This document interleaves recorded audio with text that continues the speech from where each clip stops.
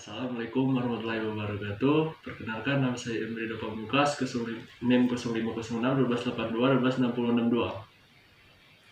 Baiklah, di sini saya akan membahas kasus pelecehan seksual yang sedang viral yang terjadi di Unri bersama rekan saya Ksatria dari jurusan Teknik Informatika. Baiklah, di sini kita akan langsung saja menonton videonya. Hubungan Internasional Fisip Unri angkatan 2018 yang mengalami pelecehan seksual di lingkungan kampus. Kronologi pelecehan seksual yang saya terima tersebut terjadi pada tanggal 27 Oktober pada hari Rabu jam 12.30. Saya ingin menemui Bapak Syafri Harto untuk melakukan bimbingan proposal skripsi. Saya melakukan bimbingan proposal skripsi di ruangan dekan Fisip Unri. Di dalam ruangan tersebut kami hanya berdua, tidak ada orang lain di dalam ruangan tersebut selain kami. Bapak Syafri Harto mengawali bimbingan proposal skripsi dengan menanyakan beberapa pertanyaan yang menuju kepada personal life saya, tentang pekerjaan, tentang kehidupan. Namun dalam percakapan tersebut, beberapa kali Pak Syafri Harto mengatakan kata-kata yang membuat saya tidak nyaman. Seperti ia mengatakan kata-kata I love you yang membuat saya merasa terkejut dan sangat-sangat tidak menerima perlakuan Bapak tersebut. Lalu setelah bimbingan proposal itu berjalan dengan lancar, saya hendak berpamitan dengan Bapak Syafri Harto. Ketika saya ingin menyalin Bapak itu untuk berpamitan, namun beliau langsung menggenggam kedua bahu saya, mendekatkan badannya kepada diri saya, lalu beliau menggenggam kepala saya dengan kedua tangannya. Setelah itu ia mencium pipi sebelah kiri saya dan mencium kening saya. Saya sangat merasa ketakutan dan saya langsung menundukkan kepala saya. Namun Bapak Syafri Harto segera mendongakkan kepala saya dan ia berkata, mana bibir, yang membuat saya sangat terasa terhina, membuat saya terasa terkejut, badan saya terasa lemas, saya ketakutan. Namun setelah saya mendorong Bapak Syafri Harto, ia mengatakan, ya udah kalau nggak mau. Saya langsung buru-buru meninggalkan ruangan dekan. Saya langsung meninggalkan kampus dengan keadaan yang sangat gemetar. Saya merasa ketakutan dan merasa sangat dilecehkan oleh Bapak Syafri Harto.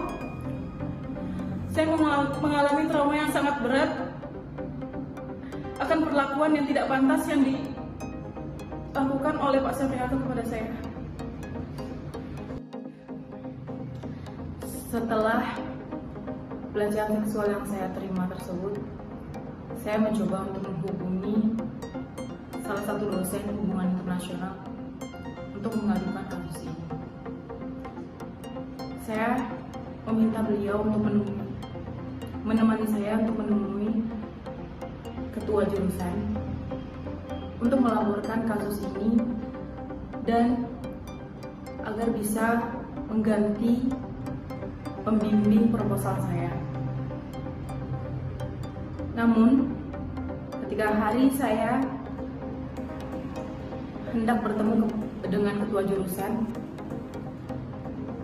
ia menyuruh saya untuk bertemu dulu dengan dirinya sebelum menjumpai ketua jurusan. Walaupun saya sudah sampai ke rumah ketua jurusan, ia menyuruh saya berputar balik untuk menemui diri dia terlebih dahulu di sebuah kedai kopi. Di sana, ia mencoba melakukan penekanan kepada saya untuk tidak memberitahu ketua jurusan tentang kasus ini. ia mengancam saya dengan kata-kata seperti, jangan sampai gara-gara kasus ini Bapak Syafri Harto nanti bercerai dengan istrinya. Atau dia juga menegaskan bahwa saya hanya disuruh bersabar saja, disuruh tabah saja tanpa perlu mempermasalahkan kasus pelecehan seksual yang sangat besar yang telah menimpa saya ini. Beliau berusaha menghalang-halangi saya untuk mendapatkan keadilan atas perlakuan yang tidak pantas yang diberikan oleh Bapak Syafri Harto kepada saya. Lalu di hari itu juga, selepas sholat Jumat, akhirnya kami bertemu, didampingi oleh dosen yang berusaha mencegah saya tadi. Di sana, ternyata yang awalnya saya kira Bapak tersebut mendukung saya dan ingin melindungi saya, namun ternyata tidak. Di depan ketua jurusan, ia mencoba menyalah-nyalahkan saya atas kecerobohan saya yang tidak menggunakan SK dalam melakukan bimbingan proposal. Dia mementingkan persyaratan SK ketimbang kasus pelecehan seksual yang saya terima oleh Bapak Syafri Harto. Berulang kali dia mencoba menjatuhkan saya, mencoba untuk menyalahkan saya di depan ketua jurusan. Bahkan ia sempat beberapa kali mengayunkan kakinya seolah-olah ia marah terhadap pernyataan-pernyataan saya. Saya merasa sangat tertekan dan sehingga saya merasa sangat-sangat diintimidasi oleh Bapak tersebut. Dan ketika ketua jurusan menanyakan tentang kasus ini, saya terpaksa menyatakan hal-hal yang seharusnya tidak saya sebut karena saya telah diintimidasi dan ditekan oleh Bapak tersebut untuk tidak speak up tentang ini. Bahkan beliau juga mengatakan bahwa Bapak Syafri Harto melakukan hal ini bukan karena kebiasaan, tapi karena aksidental atau kehilafan saja. Namun walaupun ini kehilafan, saya tidak menerima perlakuan tersebut. Saya mengalami trauma yang besar dan saya ingin meminta pertanggungjawaban atas perilaku beliau yang tidak pantas terhadap saya. Ada beberapa statement yang mereka berdua katakan. Saya tidak menginginkan menyebut kalau ini hanya dicium saja. Dan mereka berdua tertawa akan hal itu di depan saya yang telah mengalami pelecehan seksual yang mereka sendiri tidak merasakan bagaimana sakitnya, bagaimana pedihnya merasa harga diri diinjak-injak oleh perlakuan tersebut.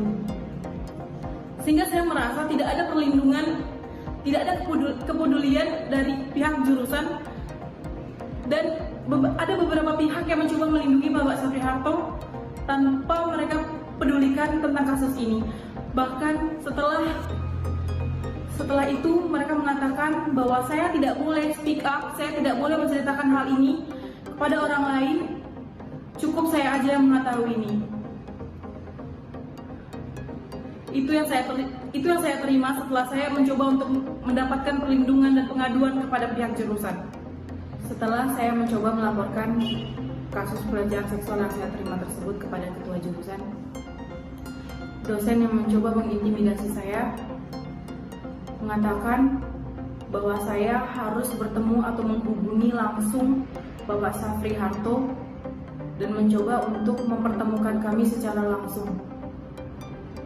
Beliau tidak memikirkan dan tidak mengerti bagaimana perasaan saya sebagai korban dipaksa untuk menemui pelaku yang bahkan ketika saya membayangkan wajah Bapak tersebut, saya mengalami ketakutan yang sangat luar biasa.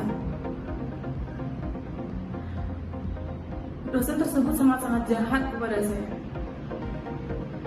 Dan setelah itu, Bapak Syafri Harto mencoba menghubungi saya berkali-kali dengan nomor baru yang tidak saya ketahui. Dan beliau sempat mengirim pesan kepada saya dan mengatakan, kok telepon Bapak di reject, yang membuat saya merasa sangat diteror merasa sangat ketakutan akan tindakan-tindakan yang dilakukan oleh Bapak Syafri Harto. Lalu Bapak Syafri Harto mencoba menghubungi keluarga saya dengan pelantara, namun beliau berdalil dan mengatakan bahwa ia mencium saya hanya sebagai anak. Namun adalah tanggapan saya pada kasus yang terjadi di Unri adalah kasus pelecehan seksual ini adalah kasus kekerasan yang melanggar Pancasila yang menjadi trauma yang sangat mendalam bagi mahasiswi. Terjadinya kasus pelecehan seksual yang terjadi di kampus akan menyebabkan ketidaknyamanan mahasiswi dalam sistem belajar dan mengajar, menimbulkan trauma yang sangat dalam. Bagaimana tanggapan Anda kepada saudara Satria? Untuk menanggapi kasus ini,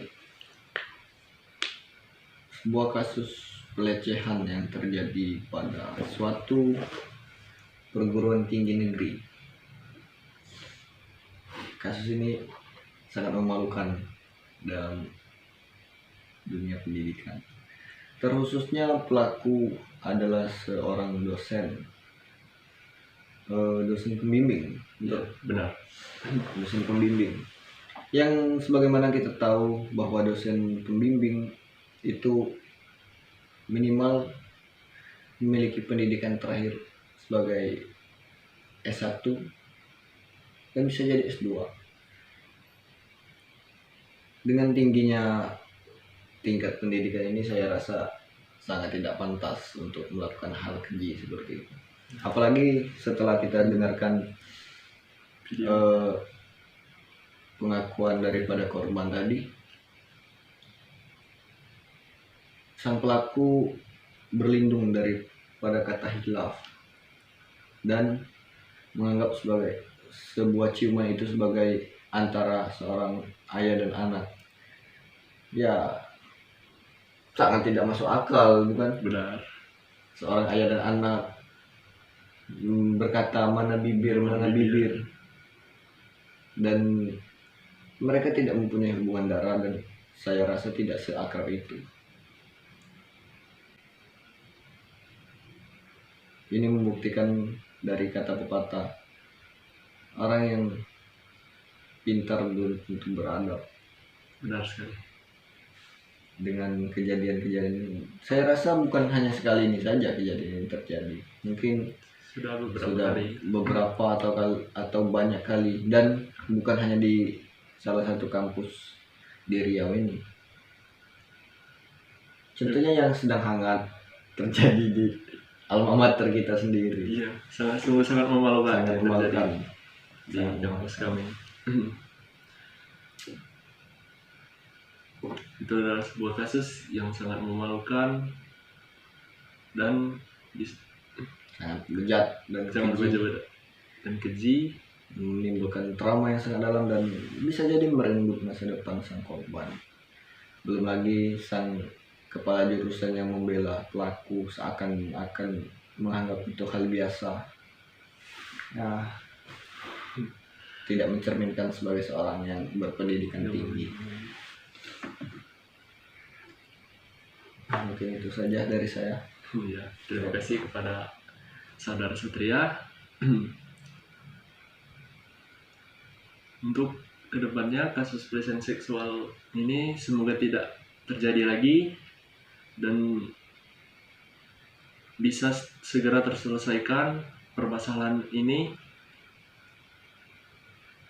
Semoga kedepannya bisa lebih baik lagi, tidak ada lagi kejadian-kejadian seperti ini, hal-hal yang memalukan. Terima kasih kepada saudara Satria telah menemani reaction video ini. Saya akhiri. Wassalamualaikum warahmatullahi wabarakatuh.